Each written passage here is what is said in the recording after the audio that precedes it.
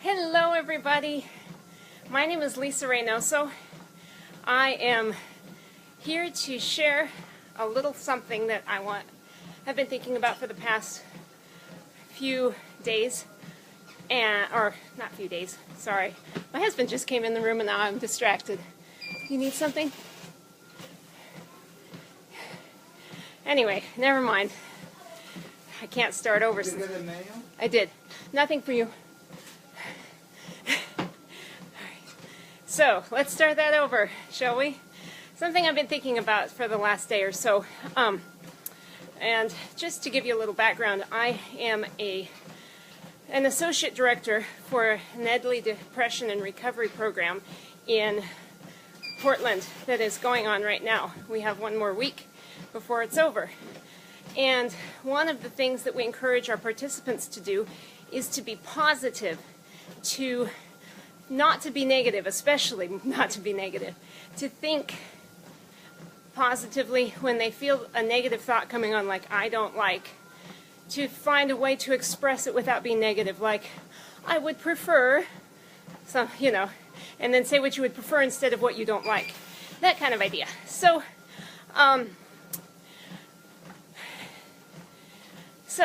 someone asked, well, what about if I've had a bad day and somebody asked me how my day has been?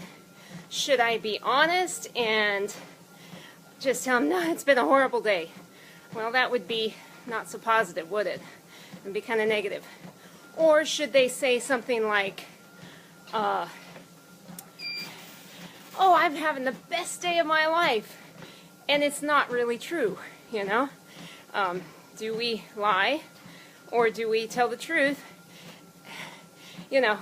Where's the balance? That was kind of the idea. And so I didn't have a good answer at that point, but I have one now.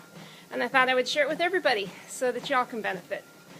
The answer is, you don't have to say that you've had the best day because it's not true. But you don't have to dwell on the negative either. So here's an example. Suppose that someone got cut off in traffic and or they got stuck in traffic. Let's make that better. They got stuck in traffic and they were late to an important appointment, and it wasn't their fault necessarily. There was an accident. Nobody could have predicted that. It was just, and that kind of thing. It's easy to get to really let that get you down and be upset about it, and but it's not going to work if you are trying to be positive. How are you going to make that work? So the solution would be to say something like this. And here's some various options for that kind of a scenario. Well, traffic wasn't so great, but I'm glad I had something to listen to while I was in the car. Or, my day could have been better, but it could have been a lot worse. I'm still alive. I'm still in good health, or whatever, your state. Give some examples. Or here's a classic one. If you've just been having a bad day, but you're trying not to focus on the negative. I am more blessed than I deserve. That is always true. I tell you, that is always true. We are more blessed than we deserve. If we got what we deserved, none of us would be alive. I tell you what, none of us would be alive. So, I hope that helps you to be able to get an idea of how you can turn a negative into a positive without being fake or lying or being untrue to yourself and to others. How you can still encourage and think the positive.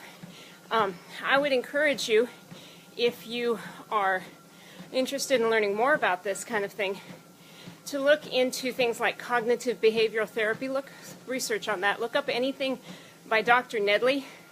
He's written some books such as The Lost Art of Thinking. I really need to get that book one of these days. I've just got so many I'm reading right now. Let's see, 1, 2, 3. I'm at least reading 3 books, no, 4 books at the moment, and I'm about to start a 5th one this Sunday, which that's an interesting one. It's called the Motivation Manifesto, and if you go to my events, you can see the event that I made about that. So you're welcome to join us. A friend of mine and I are going to do it, even if nobody else does. And if we, if anyone wants to join us, we'd love to have you. But yeah, so I'm reading enough books at the moment, but that is one I do want to get, The Lost Art of Thinking. Another book I'd recommend is called Learning to Tell Yourself the Truth by William Backus. That takes a biblical approach to cognitive behavioral therapy, and it is an excellent book. I have read it. You can get it on, you can buy the hard copy, or you can get it also on Kindle if you're a Kindle reader. I am. I have both versions, and love the book. It is really good. Another really good one about cognitive behavioral therapy by one of the guys who actually developed it is called, give me a second, SOS for Emotions. It is an excellent book. If I thought ahead, I would have had the books here on the treadmill to show you. But I am, as you can see, I'm on my treadmill, and I did not think that far ahead. I was just going to share the thought, and then I thought, oh, I should share some resources. So I don't get anything for sharing these resources. I don't get paid at all. I just feel that they have been a blessing to me, and I wanted to pass them on. So, see if that was helpful to you. I would really appreciate a comment, and share this video with your friends, because I'll bet if it was helpful to you, it'll be helpful to one of them too. So, that's all. I'm signing off. Have a good night, and God bless.